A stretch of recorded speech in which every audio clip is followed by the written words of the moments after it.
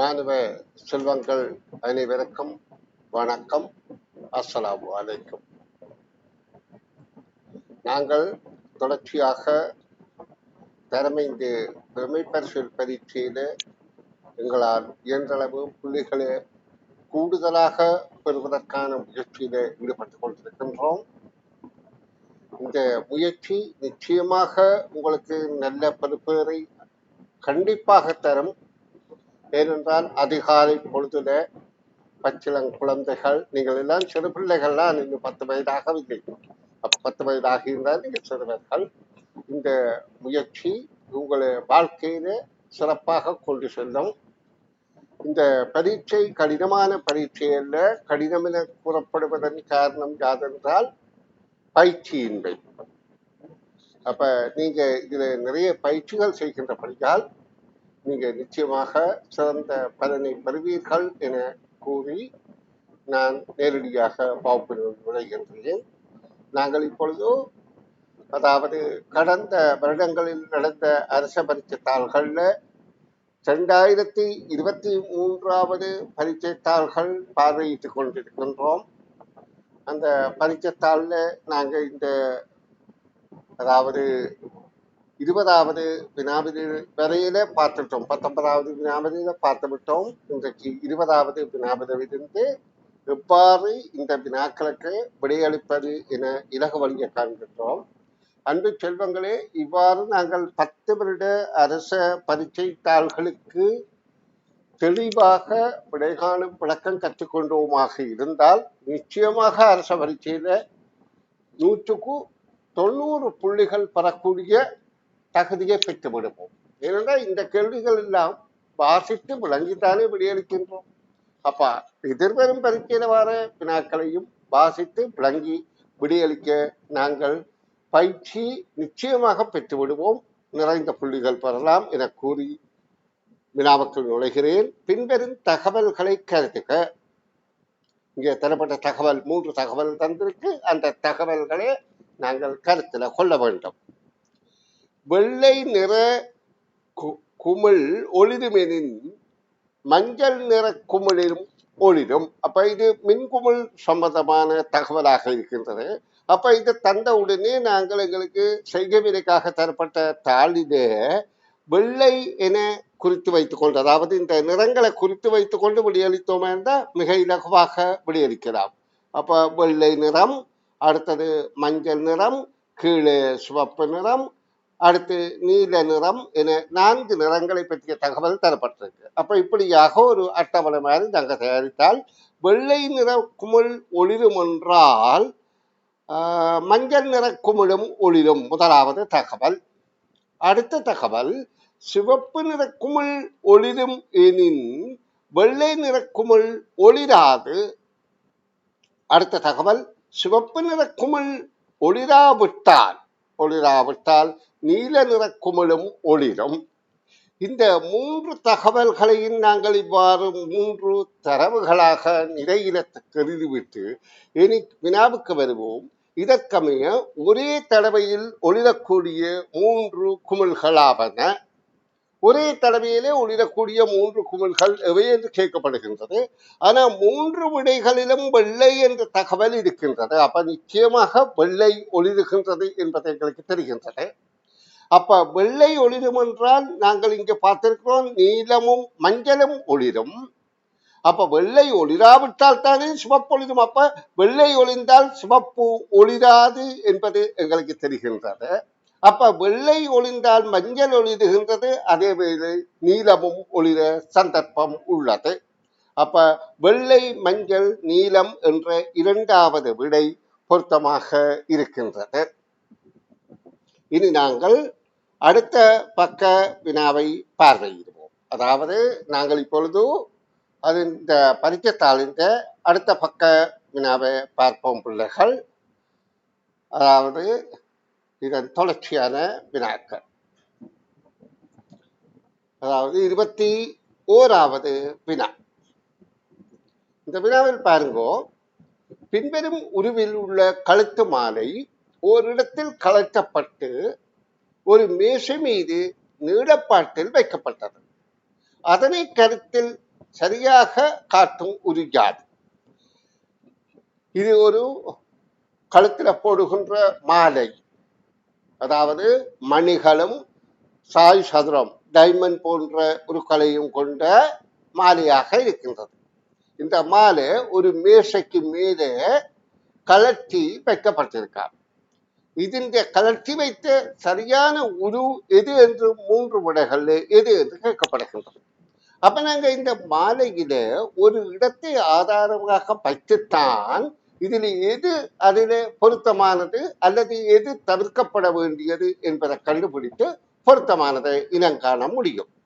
அப்ப நாங்க இந்த மாலையில முக்கியமா கருத்துல கொள்ள வேண்டியது இந்த பதக்க பகுதி. அப்ப பதக்கம் என்கின்ற போது அந்த பதக்கத்தை நாங்கள் அதன் வலது இடது பக்கத்தை பார்க்கின்ற போது அதன் வலது பக்கம் இது, இடது பக்கம் இது. அதாவது பதக்கத்தின் வலது பக்கம் அந்த மாலையின் வலது பக்கம் இடது பக்கம். அப்ப பதக்கத்தோட இடது பக்கம் வலது பக்கம் உள்ள அந்த அதாவது மணிகளை நாங்கள் கணக்கிடுதல் வேண்டும். அப்பதான் நாங்கள் இதில் ஒப்பிட்டு பார்க்க முடியும். வலது பக்கம் 3 மணிகள் இருக்கின்றது, இடது பக்கம் 3 மணிகள். வலது பக்கம் ஒரு சாய் சதுரம் அந்த டைமண்ட் மாதிரி இருக்கின்றது. மற்ற வலது பக்கம் 4, இடது பக்கம் 4 டைமண்ட் இருக்கின்றது. வலது பக்கம் 2, இடது பக்கம் 2 டைமண்ட் இருக்கின்றது. அப்ப எல்லாத்திலையும் அந்த டைமண்டின் எண்ணிக்கையில ஒரு மாறுபாடும் இல்லை, சரியாக 5 டைமண்டுகள் இருக்கு. அப்ப நாங்கள் அதிலேயே கவனத்தை செலுத்த தேவையில்லை. இப்ப நாங்க இந்த பதக்கத்தில் இருந்து வலது பக்கம் இடது பக்கம் இருப்பவற்றை கருத்தில் கொள்ளணும். இங்க வலது பக்கம் 3 இருக்கின்றது, 3 மணிகள் இருக்கின்றது, இங்க 4 இருக்கின்றது. அப்ப இது தவறு. அப்ப இது விடையாக பொருந்தாது. நாங்கள் இந்த விடயத்தை மிக கவனமாக பின்பற்ற வேண்டும். யாருமே தயவு செய்து இதுல எழுத வேண்டாம். எழுதுகிற பிள்ளைகள் ஆசிரியர்களால் வகுப்பறையில் தண்டிக்கப்படுவீர்கள். ஏனென்றால் இது ஒரு நல்ல சேவையாக அமைதல் வேண்டும். சரி, அடுத்தது. இப்ப நாங்க இதுல முதலாவது விடையை தவிர்த்து விட்டோம். இப்ப 2வது விடயத்தை பதக்கத்தில இருந்து பார்ப்போம். இங்கே 3 இருக்கிறீர்கள், இங்க 3 இருக்கின்றது, அடுத்த டைமண்ட் இருக்கின்றது. அடுத்தது இங்க 3 தான் இருக்கின்றது. இங்க அதாவது அடுத்த கரையில இங்க பாருங்க, இதுல 3 சரி, அடுத்ததாக 4 இருக்க வேண்டும். ஆனா இங்க 3 தான் இருக்கின்றது. ஆனபடியால் இந்த 2வது விடையும் எங்களுக்கு பொருத்தம் அற்றதாக இருக்கின்றது. அப்ப 3வதை பார்ப்போம். இதுல பதக்கம் இருக்கின்றது, இங்க 3 இருக்கின்றது, இந்த பக்கம் 3 இருக்கின்றது, இங்கே 4 இருக்கின்றது. இதுதான் அந்த வலது பக்கத்துக்குரிய 4, அடுத்து 2 இருக்கின்றது. ஆகவே 3வது விடைதான் பொருத்தமாக இருக்கின்றது.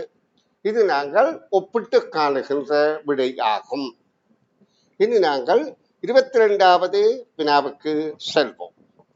22வது வினாவில பின்வரும் மோட்டார் காரின் ஒரு செல்லின் சுற்றளவு என்பது சுற்றி வருகின்ற அளவு. இப்ப இந்த இதுல இருந்து இது சுற்றி வருகின்ற அளவு 2 மீட்டர் ஆகும். அம்மோட்டார் கார் இப்போது உள்ள இடத்திலிருந்து 10 மீட்டர் முன்னோக்கி சென்று, இப்படியாக 10 மீட்டர் முன்னோக்கி சென்று அதன் பின்னர் 2 மீட்டர் பின்னோக்கி சென்று நிறுத்தப்படுகின்றது. அப்ப இதுல இருந்து இதுவரையில 10 மீட்டர் 2 மீட்டர் பின்னோக்கி வந்து நிறுத்தப்படுகின்றது, நிப்பாட்டப்பட்டது. இப்பயணத்தில் மோட்டார் காரின் அம்புக்குறி குறித்த, அதாவது அம்புக்கோடு தானம் நிலத்தை தொடும் தடவைகளின் எண்ணிக்கை யாது? அப்ப கேள்வியை நாங்கள் விளங்கிக் கொண்டால்தான் விடையளிப்பது இலகுவாக இருக்கும். இந்த மோட்டார் காராம் இந்த இடத்தில இருந்து இந்த இடத்துல இருக்கின்றது. இதுல இருந்து 10 மீட்டர் தூரம் போகின்றதாம் முன்னோக்கி, பிறகு 2 மீட்டர் பின்னோக்கி வந்து நிறுத்தப்படுகின்றது. அப்ப அந்த வேளைக்குல இந்த அதாவது இந்த வாகன சில்லின் சுற்றளவு 2 மீட்டர் என்று சொல்லப்படுகின்றது. இந்த புள்ளி, இந்த தானம், இந்த இடம் இந்த நிலத்தில படுகின்ற தடவைகளின் எண்ணிக்கை எத்தனை என்று கேட்கப்படுகின்றது. இத்தனை தடவை இந்த பின் சில்லின் மேலே இருக்கிற அம்புக்குறித்தானம் நிலத்திலே படுகின்றது என்று கேட்கப்படுகின்றது. அப்ப எங்களுக்கு தெரிகின்றது, இப்ப இதுல இருந்து இதை நாங்கள் பென்சிலில் இருக்கிறபடியா பென்சிலில இருந்தே 0 என ஆரம்பிப்போம். 0 இருந்து இதுவரையில இது சுத்தி வந்து நிலத்துல பட போறது 1 மீட்டர்ல, அடுத்தது 3 மீட்டர்ல, அடுத்தது 5 மீட்டர்ல, அடுத்தது 7 மீட்டர்ல, அடுத்தது 9 மீட்டர்ல நிலத்தில் படுகின்றது. ஏன் முதல்ல 1 மீட்டர் ஆக பாதி சுற்றினோடனே நிலத்துல படுகின்றது. பிறகு 2 மீட்டராக படுகின்றது. பிறகு 9 மீட்டர் பிறகு 10க்கு போனாலும் அடுத்த புள்ளி படவில்லை. திரும்பி வருகின்ற போது இந்த 9வதுல திரும்பவும் படுகின்றது. அப்ப இங்க படுகின்ற எண்ணிக்கைகளை நாங்கள் பார்க்கின்றோம். 1, 2, அதாவது நான் வேற நேரத்தில் குறித்து காட்டுறேன் பாருங்க. 1, 2, 3, 4, 5, 6 தடவைகள் என்பது தெளிவாகின்றது. அப்ப முதலாவது விடை பொருத்தமாக இருக்கின்றது. அன்பு மாணவ செல்வங்களே, இதுல உங்களுக்கு ஏதும் சந்தேகங்கள் ஏற்படுகின்ற பட்சத்துல நீங்கள் உங்களுடைய வகுப்பாசிரியர்களை கேட்கிற பட்சத்துல அவர்கள் மிக தெளிவாக விடை விளக்கம் தருவார்கள். இந்த 23வது வினா இதுல தெளிவில்லாதபடியால் நான் வேறொரு பிள்ளையிடம் பெற்ற விடை இருக்கின்றது. அதாவது வேற தாள்ல இது அச்சுப்பதிப்பு தெளிவில்லாமல் இருக்கிறபடியா அதை அடுத்தடுத்த கேள்விகளை இந்த 24க்கு அடுத்த கேள்விகளை விளக்கம் தந்துவிட்டு அதை காட்டி விளக்கம் தருகின்றேன். இப்ப நாங்க இப்ப 24வது கேள்வியை பார்வையிடுவோம். ஒரு வட்ட ஓட்டப்பாதையின் உள்ளெல்லையின் நீளம் 200 மீட்டர் ஆகும். அதாவது ஒரு வட்டமான ஓட்டப்பாதை இருக்கின்றது இவ்வாறு. அதாவது ஒரு வட்டமான ஓட்டப்பாதை இவ்வாறு இருக்கின்றது. அதன் உள் எல்லையின் உள்ளுக்கு இருக்கிற தூரம் 200 மீட்டர் என்று சொல்லப்படுகின்றது. அப்ப நாங்க இதுல இருந்து இதுல ஆரம்பித்தால் இதுல 0 ஆரம்பித்து இது 200 மீட்டர் வரையில உள் எல்லை இருக்கின்றது. 200 மீட்டர். ஒவ்வொரு 10 மீட்டர் தூரத்திலும் ஒரு கொடி மீதம் முதலாவதாக மஞ்சளும், அதாவது ஒவ்வொரு 10 மீட்டருக்கு இப்ப 200 நாங்க 10ஆல வகுக்கும் போது இதுல 20 கொடிகள் இருக்கும். ஒவ்வொரு 10 மீட்டருக்கும் ஒரு கொடி. அப்ப முதலாவது கொடி, 2வது கொடி, 3வது கொடி, 4வது கொடி, 5வது, 6வது, 7வது, 8வது என்று சம தூரங்கள்ல 20 கொடிகள் வரையில இருக்கின்றது. 20வது கொடி இங்கே இருக்கும். இப்ப இங்க சொல்லப்படுகின்றது முதலாவது கொடி மஞ்சள் நிற கொடியும், 2வது கொடி ஊதா நிற கொடியும், 3வதாக ஒரு வெள்ளை நிற கொடியும் என்றவாறு இம்மூன்று நிறங்களிலும் கொடிகள் நாட்டப்பட்டுள்ளன. இப்போ ஒழுங்குமுறையில் குறித்து முடிக்கும் போது சம எண்ணிக்கையில் உள்ள கொடிகளின் எண்ணிக்கை யாது? அப்ப கேள்வியில் எல்லாம் விளங்கிக் கொள்ளுங்கோ. இதுல முதலாவதாக வருகின்றது இங்கே சொல்லப்படுகின்றது மஞ்சள் நிற கொடி, 2வதாக வருவது ஊதா நிற கொடி, 3வதாக வருவது வெள்ளை நிற கொடி. இப்ப இதுல கேட்கப்படுற இறுதி வினா என்னென்றால் சம எண்ணிக்கையில் உள்ள இரு கொடிகள் எவை என்று கேட்கப்படுறது. அப்ப இங்க விடையும் தரப்பட்டிருக்க 3 விடைகள். அப்ப எங்களுக்கு தெரியும் 3 கொடிகள் மாறி மாறி ஒழுங்கில இருக்குது என்றால் 200 மீட்டருக்கு 20 கம்பங்கள் இருக்கும். 20 கம்பத்திலேயும் கொடிகள் இருக்கின்றது. அப்ப 20 கம்பத்திலே இருக்கின்ற போதும் மஞ்சள் கொடி முதலாவதிலே இருக்கும், அடுத்து 3ஐ கூட்டினால் 4வதிலே இருக்கும், அடுத்து 3ஐ கூட்டினால் 7, 10, 13, 16, 19 ஆகிய கொடிகள்ல மஞ்சள் கொடி, மஞ்சள் கம்பங்கள்ல மஞ்சள் கொடி காணப்படும். இதே மாதிரி 2, 2ஓடு 3ஐ கூட்டினா 5, 5ஓடு 8, 8 நாங்க அடுத்து என்ன கூட்டினாலே இதுல சரி 10ஓடு 11, 14, 17, 20. அப்ப இந்த 2 கொடிகளும் தான் 7 வீதம் இருக்கின்றது. இந்த 2 கொடிகளும் 7 வீதம் இருக்கின்றது. 2, 4, 6, 7. மற்ற கொடி 7 மணி என்றால் இது 14 கொடி வந்து விட்டது. அப்ப 20ல இது 6 கொடி தான் இருக்க நியாயம் இருக்கின்றது. வெள்ளை நிற கொடி அது எப்படி இருக்கின்றது?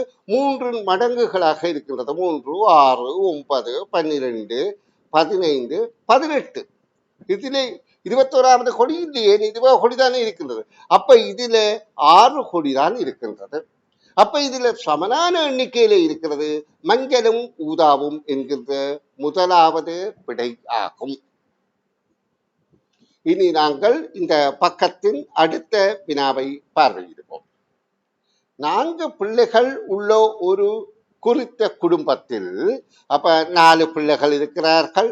அந்த குடும்பத்துல 4 பிள்ளைகள் உள்ள குடும்பத்துல மூத்த பிள்ளை ஆண் பிள்ளை ஆகும். அப்ப மூத்த நாங்கள் ஏறு வரிசையில் எழுதுவோமா இருந்தால் மூத்த பிள்ளையை நாங்கள் ஆண் பிள்ளையாக குறிப்போம், ஆண் பிள்ளை. மற்ற பிள்ளைகளை பற்றி இனி தகவலை பார்ப்போம். அவனுக்கு 2 தம்பிகளும் ஒரு தங்கையும் உள்ளனர். இந்த மூத்தவனுக்கு 2 தம்பிமார் இருக்கிறார்கள், 2 ஆண்களும் ஒரு தங்கையும் இருக்கின்றாள். அப்போ ஒரு பெண்ணும் இருக்கின்றாள், இது ஒரு தங்கையும் உள்ளனர். இக்குடும்பத்தில் இளைய பிள்ளைக்கு, அதாவது இந்த இளைய பிள்ளைக்கு 2 அண்ணாமாரும். அப்ப 2 அண்ணாமார் என்றால் ஒரு அண்ணா இதுவாகின்றது, இன்னும் ஒரு அண்ணா தான் இருக்கின்றது. அப்ப இந்த குடும்பத்திலே எங்களுக்கு இப்ப தெரிந்து விட்டது மொத்தம் 3 ஆண்கள் ஒரு பெண்கள் என்ற தகவல் முதலே எங்களுக்கு விளங்கிவிட்டது. ஏன் மூத்த பிள்ளை ஆண் பிள்ளையாகும், அவருக்கு 2 சகோதரர்கள், அதாவது ஆண் தம்பிமார். 2 தம்பிமார் என்றால் 2 ஆண்களும் ஒரு தங்கையும், அப்போ ஒரு பெண் தான் இருக்கிறாள். இப்ப இதிலே சொல்லப்படுகின்றது இளைய பிள்ளை ஆகியவருக்கு ஒரு, அதாவது இளைய பிள்ளைக்கு ஒரு 2 அண்ணன்மார்களும் ஓர் அக்காவும் உள்ளனர். அப்ப 2 அண்ணன்மார் என்றால் ஒரு அண்ணா இதுவாக இருக்கும், இந்த 2 பேர்ல ஒரு அண்ணா இருப்பார். அப்ப 2 பேர்ல ஒரு அண்ணா என்றால் இன்னும் ஒரு ஆண் பிள்ளைக்கிடம் இருக்கின்றது. அப்ப இளைய பிள்ளையும் ஆண் பிள்ளை ஆகும். இப்ப நாங்கள் இந்த கூற்றுக்களை சொல்கிற போது பிள்ளைகள் நல்ல ஆர்வமாயிருந்தா தான் புரிந்து கொள்ள முடியாத இருக்கும். ஏனென்றால் இதனை விளக்கம் அளிக்கின்ற ஆசிரியர் தன்னிலே தெளிவு பெற்றுத்தான் விளக்கம் அளிக்கின்றார். ஆனால் பிள்ளைகள் தெளிவாக விளங்க வேண்டுமாயிருந்தால் பிள்ளை 100% ஆர்வமாகவும் விளங்கிக் கொள்கிற ஆற்றலும் உள்ளவர்களாக இருக்க வேண்டும். அப்ப இங்க இளைய பிள்ளையும் ஆண் பிள்ளை, மூத்த பிள்ளையும் ஆண் பிள்ளை என்றால் இந்த 3 பிள்ளையில 2 பிள்ளை போன உடனே ஒரு ஆண் மிகுதியாக இருக்கின்றது, அடுத்தது ஒரு பெண்ணும் அப்படியே இருக்கின்றால். அப்ப இந்த 2 பேர்ல ஒரு ஆண் ஒரு பெண். இப்ப கேட்கப்படுகின்றது, ஏனைய 2 பிள்ளைகளையும் பற்றி, மூத்த இளைய பிள்ளைகளை தவிர, மூத்த பிள்ளையும் இளைய பிள்ளையும் தவிர ஏனைய 2 பிள்ளைகளையும் பற்றி சரியான கூற்று யாது? அதில் ஒரு ஆண் பிள்ளை இருக்கின்றது, ஒரு பெண் பிள்ளை இருக்கின்றது. ஆனால் இருவரும் ஆண் பிள்ளை என்றது போல இருவரும் பெண் பிள்ளை என்றதில்ல, ஒருவர் ஆண் ஒருவர் பெண் என்றாலும் இங்க ஒருவர் மாத்திரம் ஆண் என்கின்ற விடைதான் இங்கே எங்களுக்கு பொருத்தமாக இருக்கின்றது. நன்று மாணவ செல்வங்களே, இப்ப நான் மீளவும் உங்களை கேட்பது என்னென்றால், நீங்க விளங்கிக் கொள்கின்ற ஆர்வத்தை நன்றாக விருத்தி செய்கின்ற பட்சத்துல தான் நீங்க இந்த கேள்விகளுக்கு விடை காணக்கூடியதாக இருக்கும். உங்களுக்கு உரிய சந்தேகங்கள் நிச்சயமாக உங்களுக்கு உருவாகும். அந்த சந்தேகங்களை நீங்க பேப்பர்ல குறித்து வைத்து நான் இந்த பரீட்சைத்தாள்களை விளக்கம் தந்த பின்பு உங்களிடமிருந்து அந்த சந்தேகங்களுக்கு விடை காணுகின்ற விளக்கங்கள் தெளிவாக வழங்குவேன். ஒரு வகுப்பில இந்த கேள்விகள் அனைத்தும் இப்படியாக ஒரு 10 வருட அரச பரீட்சைத்தாளை நீங்க தெளிவாக புரிந்து கொண்டு மேலதிகமாக கற்பதால நிச்சயமாக சிறந்த பெறுபேறு நீங்கள் பெறக்கூடியதாக இருக்கும் என உங்களுக்கு உரைத்துக் கொண்டு நான் இப்பொழுது இதன் தொடர்ச்சியான பக்கத்தின் வினாவுக்கு விடை காணும் முயற்சியில் ஈடுபடுவோம். இப்ப அதுக்கு முதல்ல ஒரு வினா நான் விடுபட்ட வினா இருக்கின்றது, அந்த வினாவை விளக்கம் தந்துவிட்டு செல்வதுதான் தகுதியாக இருக்கும். அப்ப நான் அந்த வினாவை உங்களுக்கு இப்பொழுது காண்பித்து அதற்கு விடை விளக்கம் தருகின்றேன். ஏனென்றால் அந்த வினா இந்த பயிற்சித்தாள்ல, இந்த பரீட்சைத்தாள்ல தெளிவில்லாமல் இருந்தபடியால் இதை நான் மேலதிகமாக ஒரு மாணவியிடமிருந்து பெற்றிருந்தேன். அந்த பிள்ளைக்கு நன்றி. சரி, நாங்கள் இப்பொழுது இந்த 23வது வினாவை பார்வையிடுவோம். கீழே ஓர் அட்டைத்தாளில் செய்யப்பட்ட 2 துளைகள் வீதம் உள்ள 4 உருவங்களும் அவற்றை இடுவதற்காக தயாரித்த கோள்கள் உள்ள ஒரு தாங்கியும் காணப்படுகின்றது. இங்கே ABCD என்ற 4 துளைகள் இடப்பட்ட அட்டைத்தாள் இருக்கின்றது, அதை தாங்குகின்ற தாங்கி இங்கே இருக்கின்றது. இதிலே அவ்வுருவங்கள் A தொடக்கம் D வரையான, ஏயிலிருந்து D வரைக்கும், ABCD வரைக்கும் ஒன்றன் மீது ஒன்று, ஒன்றன் மீது ஒன்றா இதுக்கு மேலே இது, இதுக்கு மேலே இது, இதுக்கு மேலே இது, ஒன்றன் மீது ஒன்றாக மேல் மேலாக வைக்கும் போது இருக்குமாறு முறையே தாங்கியில் வைக்கப்பட்டன. அது மேலே இருந்து பார்க்கப்படும் போது, தாங்கில வைத்துவிட்டு அதை மேலே இருந்து பார்க்கின்ற போது தோற்றும் விதம் யாது? இப்ப நாங்க இதை நன்றாக ஊற்று பாருங்கோ.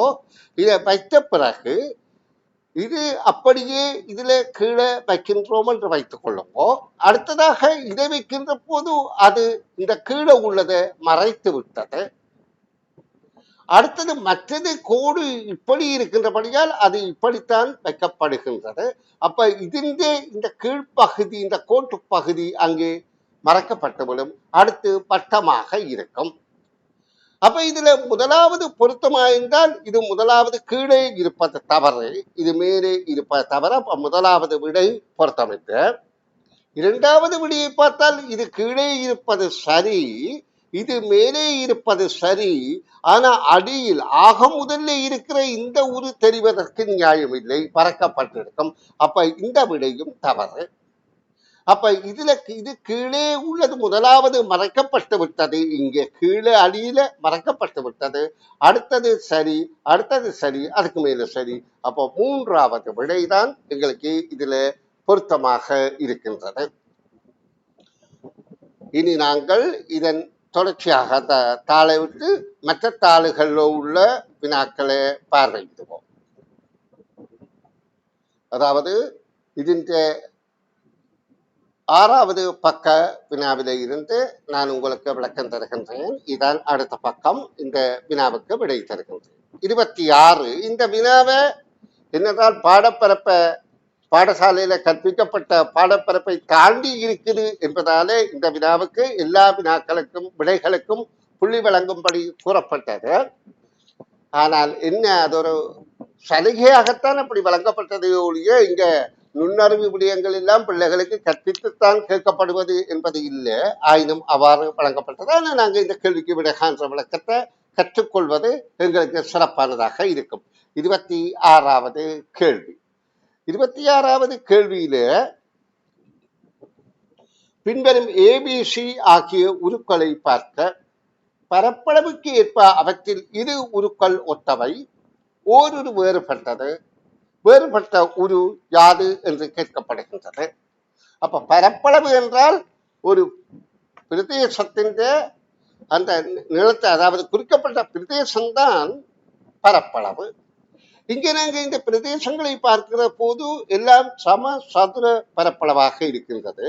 அப்ப இதுல பாதியாக இருக்கின்ற, அதாவது இந்த அளவில பாதியாக இருக்கின்ற அளவுகளையும் முழுதாக இருக்கின்ற அளவுகளையும் எண்ணி அதில சம அளவான இரு பகுதிகளையும் நாங்கள் தெரிவு செய்தல் வேண்டும்.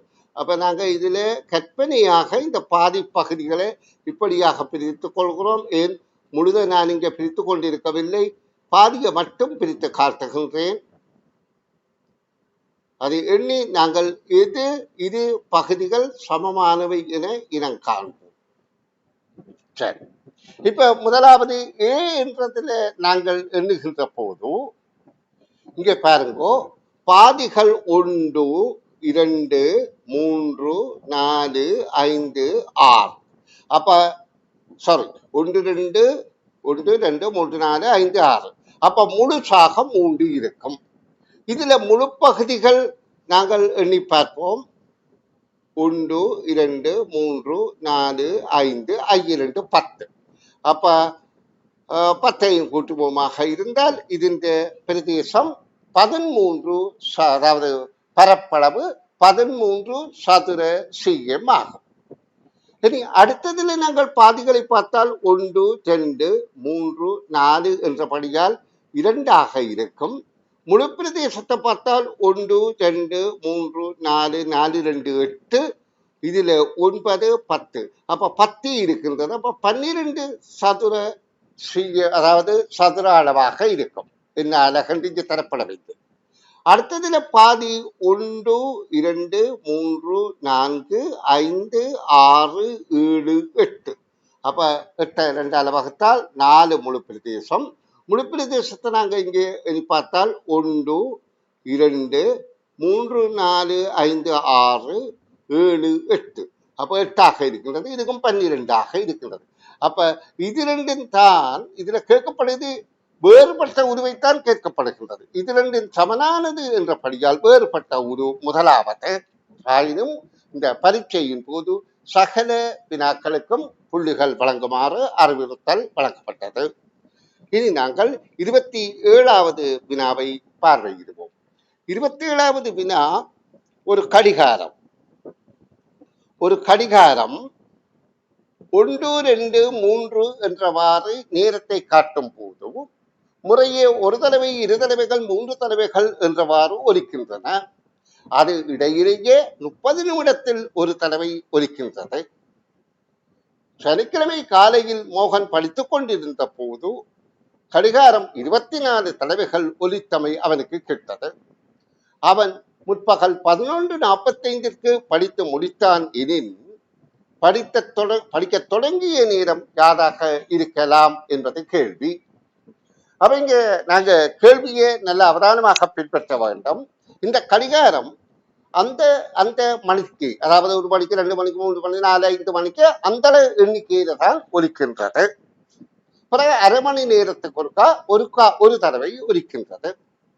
அப்ப இங்க சொல்லப்படுகின்றது கடிகாரம் 24 தடவைகள் ஒலித்திருக்கின்றது. அப்ப சொல்லப்பட்ட விடயத்தை நாங்க புரிந்து கொள்வோம். 24 தடவைகள் ஒலித்திருக்கின்றது மோகன் படிக்கின்ற வேளையில். அப்ப இதுல சொல்லப்படுகின்றது அவன் படித்து முடித்த நேரம் 11:45. அப்ப நாங்க ஒரு இடத்தில இருந்து தானே கணிப்பை ஆரம்பிக்கணும். இங்க ஆரம்பத்திலே இருந்து கணிப்பை விடைகளின்படி ஆரம்பிக்காமல் நாங்க அவன் படித்து முடித்த நேரத்தில் இருந்து கணிப்புகளை ஆரம்பித்தால் எங்களுக்கு இலகுவாக சரியான பொருத்தமான விடையை கண்டுபிடிக்கக்கூடியதாக இருக்கும். அப்ப இந்த 11:45 அவன் படித்து முடித்திருக்கிறான் என்றால் அவன் 11:30 ஒரு தடவை மணி ஒலித்த சாரி அவன் 11:30 அவன் ஒரு தடவை ஒலித்ததை கேட்டிருப்பான். 11 தடவை ஒலித்ததை கேட்டிருப்பான். 10:30 ஒரு தடவை ஒலித்ததை கேட்டிருப்பான். இது 11. அடுத்தது ஒரு தடவை கேட்டிருப்பான். இப்ப எங்களுக்கு தெரிகின்றது மொத்தம் 24ல இதுல 13 போய்விட்டது. அப்ப இன்னும் 11 இருக்கின்றது. அப்ப 10 மணிக்கு 10 தடவை ஒலிப்பதை கேட்டிருப்பார். இப்ப இந்த கட்டத்துல நாங்கள் எண்ணி இதுல பார்க்கலாம் மொத்தம் 2, 11, அப்ப 13, 23 தடவை ஒலித்து விட்டது. அப்ப இன்னும் ஒரு தடவை தானே, அதாவது 11:30 ஒரு கா, 11க்கு 11 தடவை, அப்ப 12. இது 10:30 ஒரு கா,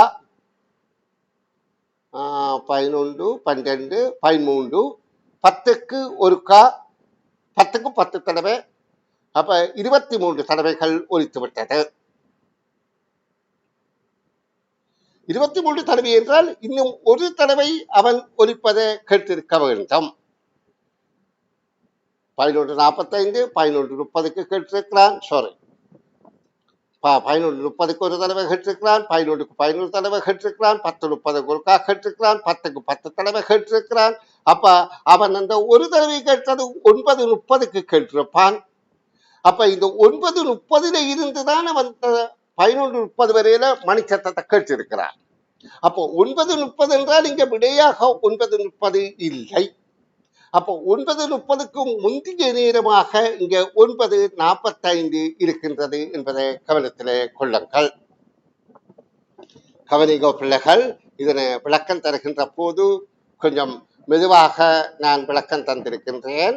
இப்ப உங்களுக்கு தெளிவாக விளக்கம் தருகின்றேன். ஏனென்றால் கற்பது இலகுவாக இருக்க வேண்டும், கடினமாக இருக்கக்கூடாது. இப்ப ஒரு மணி நேரத்து அந்த மணியை குறிக்கின்ற நேரம் அந்த எண்ணிக்கை ஒலிக்கின்றது. அரை மணி நேரத்துக்கு ஒரு கா ஒலிக்கின்றது என்று கண்டோம். முடிந்த நேரத்தை கருத்தில் கொண்டுதான் நாங்கள் விடை காணப் போகின்றோம் என்றதை உங்களுக்கு தந்தன்.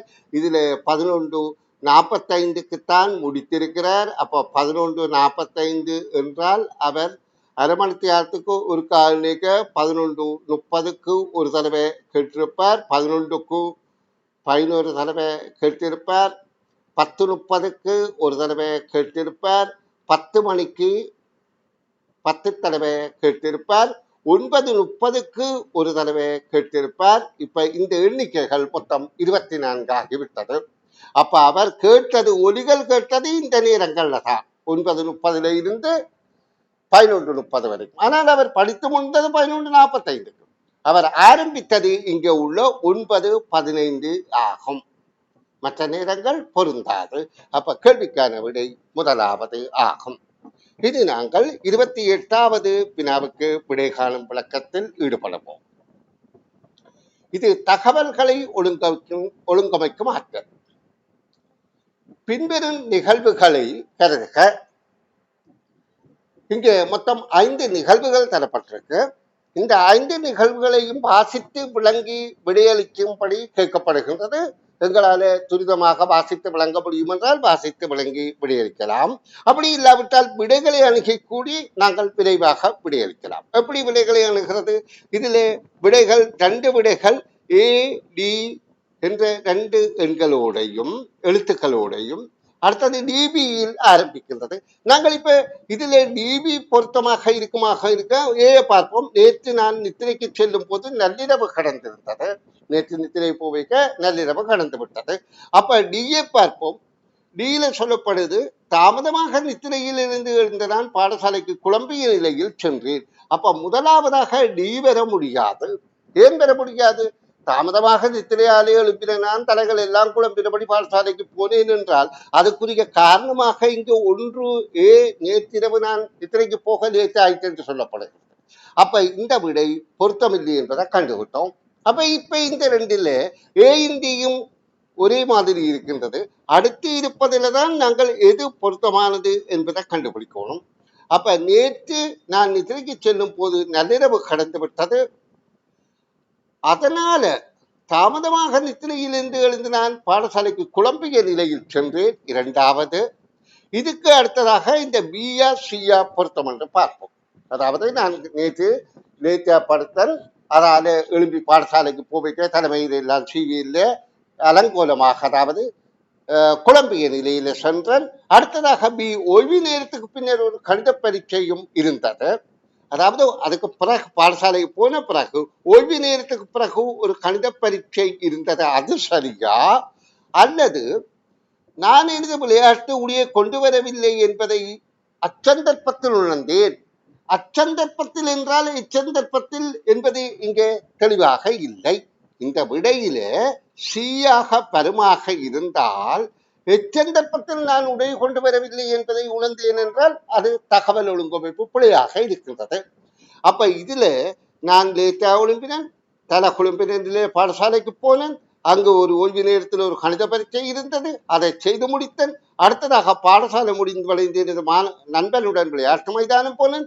அங்கதான் நான் உடை கொண்டு வரவில்லை என்பதை உணர்ந்தேன் என்றால் முதலாவது விடைதான் மிக பொருத்தமாக இருக்கின்றது. இதே போல 29வது வினாவையும் நாங்கள் பார்வையிடுவோம். அதுவும் தகவல்களை ஒழுங்கமைக்கும் ஆற்றல் தான். பின்வரும் 4 உருச்சட்டங்களில் ஒரு நிகழ்வின் 4 சந்தர்ப்பங்கள் காட்டப்படுகின்றது. இங்க சித்திரப்படம் ஊடாக 4 நிகழ்வுகள் தரப்பட்டிருக்கிறது. அச்சந்தர்ப்பங்களின் அர்த்தமுள்ள ஒழுங்குமுறை யாது? அந்த சந்தர்ப்பங்களை பார்வையிட்டு அதில் எது முதலாவதாக வரும், எது 2வதாக வரும் என்று ஒழுங்கமைத்து நாங்கள் விடை காணுதல் வேண்டும். அப்ப நாங்க ஒழுங்கமைப்பதற்கு முதல்ல இந்த சித்திரப்படத்துல காணுகிறதை பார்க்கணும். முதலாவதாக இது பாதசாரி கடவை ஒன்றை காணுகின்றோம். இது பாதசாரி கடவை. இது ஒரு மரம் இருக்கின்றது. இது ஒரு சிறுவன் இருக்கிறான். இங்க தபால் பெட்டி இருக்கின்றது. சிறுவன் துவிச்சக்கர வண்டியில் சென்று கொண்டிருக்கின்றான். அப்ப உண்மையிலேயே இடம்பெயர்வது இந்த சிறுவன் ஒருவன் தான், மற்றதெல்லாம் அப்படியே இருக்கின்றது. அப்ப நாங்கள் இடம்பெயர்வதை கொண்டுதான் துரிதமாக விரைவாக விடைய காணப்போகின்றோம். அப்ப அடுத்து இந்த பாதை இங்க இருக்கின்றதா, அதுக்கு முதல்ல அவன் நிற்கிறான். இந்த பாதைக்கு முதல் அந்த சிறுவன் நிற்கின்றான். அப்ப இதுக்கு முதல்ல இது வரும். அதாவது இதுக்கு முதல் ஏக்கு முதல் சி வரணும். அப்ப ஏக்கு முதல் சி. அடுத்தது இந்த சிறுவன் வருகின்ற போது இங்கே ஒரு ஆட்டோ இருக்கின்றது, அங்க ஒரு குப்பவாளி இருக்கின்றது, அங்க ஒரு தூள் இருக்கின்றது. அந்த ஆட்டோ நிறுத்தப்பட்டு இருக்கின்றது. ஆனா ஆட்டோக்கும் முன்னுக்கும் அந்த சிறுவன் வருகின்றான். ஆட்டோ முதல்ல பின்னோக்கி ஆட்டோவை தாண்டி போகின்றான். ஆனா இந்த படத்துல ஆட்டோக்கு முன்னுக்கும் அவன் வருகின்றான். அப்படி ஆட்டோக்கு முன்னுக்கு வருகின்ற போது இங்கே ஒரு பஸ் நிலையம் காணப்படுகின்றது. ஆனா இந்த படத்துல அவன் பஸ் நிலையத்துக்கு முன்னுக்கு வருகின்றான். அப்ப எங்களுக்கு தெரிகின்றது முதலாவதாக பி என்பது வரும். அப்ப இதுல பி சரி. அப்ப இந்த விடை பொருத்தமில்லை, நாங்கள் அதை கருத்தில் கொள்ள தேவையில்லை. அப்ப பஸ் நிலையத்தை தாண்டின பிறகு டி வருகின்றது. அப்ப இரண்டாவது டி வரும். அப்ப இதுல பிடி, இதிலே பிடி பொருத்தமாக இருக்கின்றது. இந்த டிக்கு அடுத்ததாக ஆட்டோவை தாண்டிய பிறகு அவன் பாதையின் முன்னுக்கு வருகின்றான். அப்ப மூன்றாவது இது வரும். அப்ப சி என்பது வருகின்றது. அப்ப இந்த வழிதான் பொருத்தம். இறுதியாகத்தான் ஏ வருகின்றது. இது சித்திரப்படங்களை பார்வையிட்டு நாங்கள் தகவல்களை ஒழுங்கமைக்கும் ஆற்றல். அப்ப நாங்க இப்ப 29 வரையிலான வினாக்களுக்கு விடை காணும் விளக்கங்கள் பார்த்தோம். இத்தோட நான் உங்களை அடுத்த வகுப்பில சந்திப்பதற்காக அழைக்கின்றேன். இப்ப உங்களுக்கு யாருக்காவது இதுல சந்தேகங்கள் இருக்குமா இருந்தால் அவற்றை குறித்து வைத்துக் கொள்ளுங்கள். அவைகள் எல்லாம் அடுத்த வகுப்பில நான் உங்களுக்கு, அதாவது இந்த பரிச்சைத்தாள்கள் விளக்கம் தந்த பின்பு நிச்சயமாக விளக்கம் தருவேன். நன்று மாணவ செல்வங்களே, பாய் பாய். நன்று. நாளைய தினம் சந்திப்போம்.